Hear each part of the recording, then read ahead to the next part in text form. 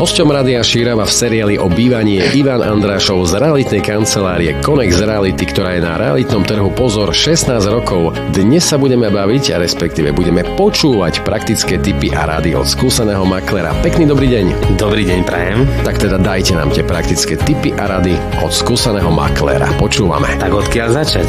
Tak ja neviem. Tak napríklad predávam alebo kupujem. Čomu by som sa mal vyhnúť? Kupujem. Tak mnohí z našich klientov, ktorí idú kúpiť nehnuteľnosť naozaj po prvýkrát, tak sa zameriavajú na veci, ktoré sú možno nepodstatné.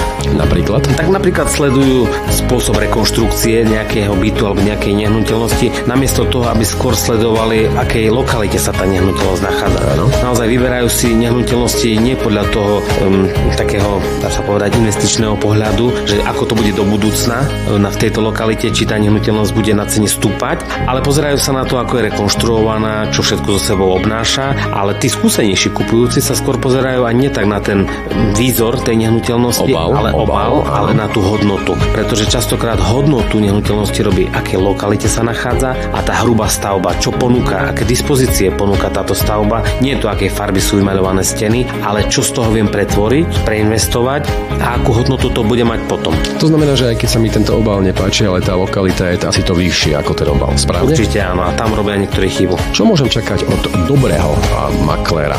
Ako kde ušetriť napríklad? Skúste poradiť. Tak dobrý maklér sa snaží vašu problematiku riešiť komplexne. To znamená, že nesnaží sa len nájsť vám nejakú nehnuteľnosť, 1, 2 a tým jeho práca skončila, ale snaží sa vám naozaj túto nehnuteľnosť ušiť na mieru. Najprv si vás dobre vypočuje, aby vedel, čo vlastne zháňate, čo vlastne potrebujete, pretože niekedy je rozdiel nad tým, čo ľudia chcú a čo naozaj potrebujú.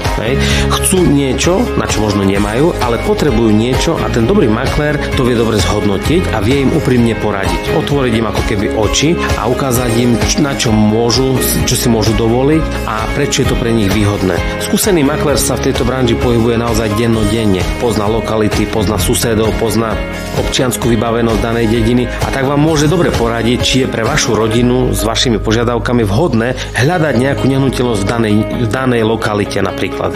Takisto skúsený maklér s vami komunikuje pravidelne. Ak sa niečo nové ukáže v databáze, tak hneď vás informuje bez toho, aby čakal na to, že vy mu budete volať, čo je nové. Skúsený maklér vám pripraví dobrú fotodokumentáciu vašej nehnuteľnosti, takisto je pripravený dobre odargumentovať rôzne možno ťažkosti alebo rôzne otázky, ktoré majú kupujúci vašej nehnuteľnosti, pretože je skúsený, pohybuje sa v tejto branži dennodenne, takže vie odargumentovať rôzne otázky. Skúsený maklér takisto spolupracuje v tíme. Napríklad naša realitná kancelária Konex Reality ponúka pre každého klienta tím maklérov, ktorí pracujú spoločne, aby pomohli danému človeku nájsť konkrétnu nehnuteľnosť a ošetriť ten celý obchod, ešte raz hovorím, komplexne od A po Z. Nenechať niekde v strede visieť toho človeka vzduchoprázdne. Dobre, a teraz sa opýtam, kde ušetriť?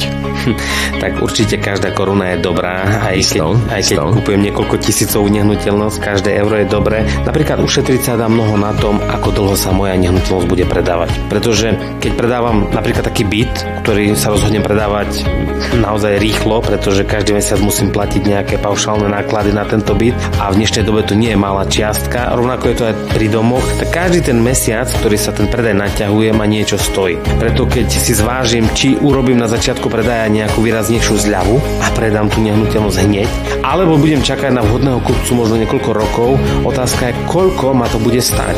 Preto možno hneď v úvode si treba povedať, aký plán toho predaja si vytvorím, aby som ušetril čo najviac. Ušetriť sa dá aj na rôznych poplatkoch.